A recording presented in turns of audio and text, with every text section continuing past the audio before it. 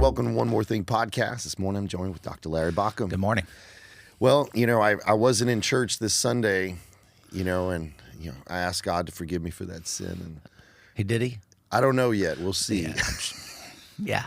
But I got to listen to it. I was traveling to officiate a wedding for a buddy, and I was listening to the sermon live as I was driving. And what a great way to close out Tangled. Untangling the issues of the heart. Yeah. That hit me really hard because it's easy to put out external appearances that, man, he's got his life together and he's just a kind guy.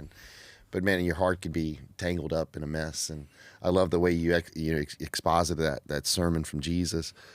But I wanted to ask you, one of the things you started with the sermon, and it's more of a curious question.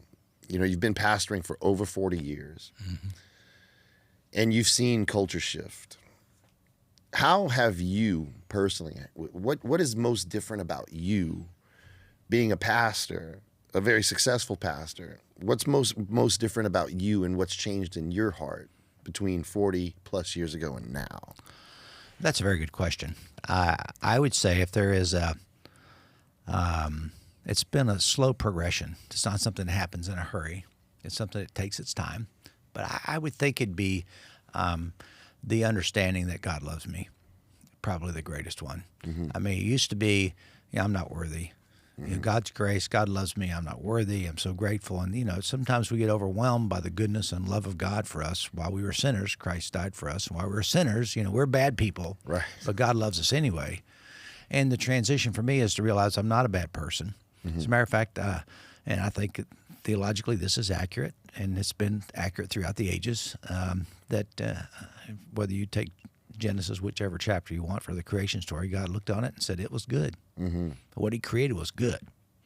And somewhere that got distorted. Mm-hmm. But I think the understanding that today God loves me as I am, period. Mm-hmm. And there's nothing I can do to make him love me more or less. And it's that connection of God, the intimacy that I've discovered with God as I've gotten older, mm-hmm. has changed my viewpoints a lot about God. And how does that affect your daily life? Because I know people, it's very curious, and you made a joke about it, and I love that joke. You say you're very reluctant to tell people you're a pastor because you see an immediate change in their response to you, which I think is perfect analogy for the heart issue, right? Right. But people are very curious about pastors, even professors. When I was a professor and I'd run into a student in Kroger or Albertsons or Walmart, there was always this, oh, he's got a regular life. He's got beer in his shopping cart. I can't believe that, So how does this play out, this truth that you've come to fully embrace? God loves me as I am. How does that play out in your daily life? Well, I don't have guilt. Mm-hmm. I live a guilt-free life. Mm-hmm. I mean, should I have guilt? Maybe I should have a little more than I do, but I just don't have any. I grew up in a guilt-laden environment, and I don't have that. Yeah. So what it does for me, it allows me to be a better person. Mm-hmm. I live my best life, and I'm living my best life. Mm-hmm. I wish I had another 100 years to go, and I may. Right. You just never know. Never know. But I think it's important to there's a liberty, there's a freedom, there's a love that is at your center, rather than, oh my gosh, if I said a bad word, mm-hmm. therefore I get back on my knees and because I didn't do perfect. I mean, God's going to have to forgive me, and I got to start all over again, get saved again, back and get sanctified again, whatever you got to do to do it again. Yeah. But it's this understanding that God loves me. Mm-hmm. I don't have to read the Bible for God to love me. I don't have to say prayers for God to love me. I don't have to be a religious person. I don't have to act Christ-like for God to love me. He loves me. Yeah. But if we could open the eyes of the world or our community, the fact that God loves us, I think that affirmation is one of the most transformational things that we can possibly embrace. And I love to talk about the Jewish faith. Mm-hmm. Every day you're chosen, you're special, you're a child of God, and they grew up this affirmation. Yeah.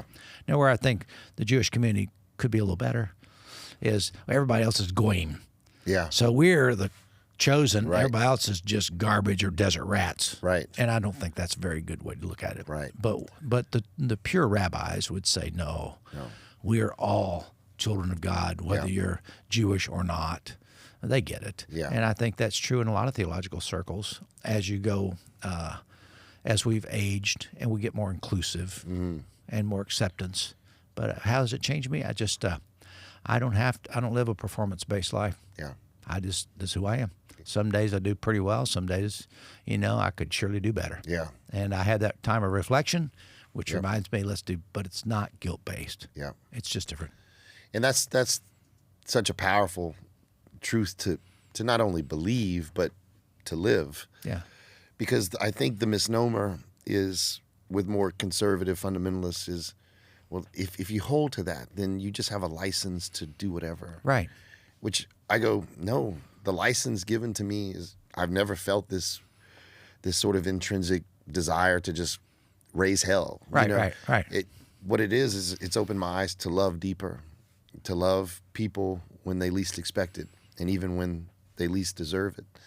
And that can only come through that awakening to know that God loves me and that love needs to be shared. But I think it's okay to say there's some days I get so busy, and one of the indicators for me is my fuse gets shorter. Mm-hmm. So my patience is a little less. Or, I'll say something and just a response, usually to my wife, and she'll go, whoa. And it's a flippant response.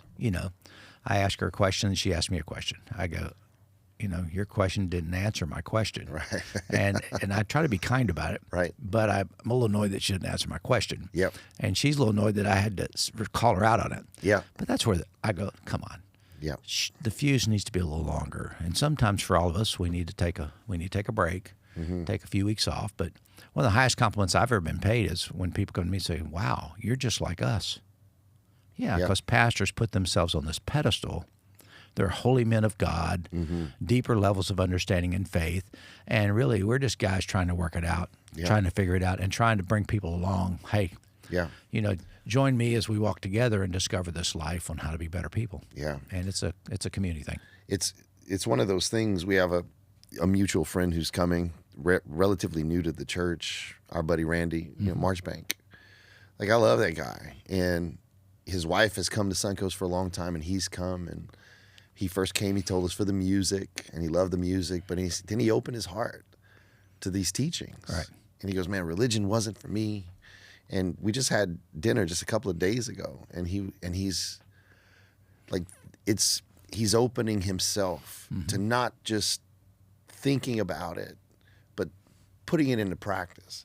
And you just see this guy's heart changing. And he called me from Barnes and Noble, and he's like, man, what Bible? I'm going to read the Bible. I was like, hey, that's great. Here's the version I would get, man. And the Message, right? Yeah, the Message translation. Any questions, call and ask me. And, he called and he asked me about a certain parable he read. He's like, man, Jesus seems like a jerk for doing that to that fig tree. What do I do? I say, well, there are many translations, but he's so engaged with it. And you see his heart. And the way he calls me, says, I'm dealing with my employees differently. I'm dealing with my children differently.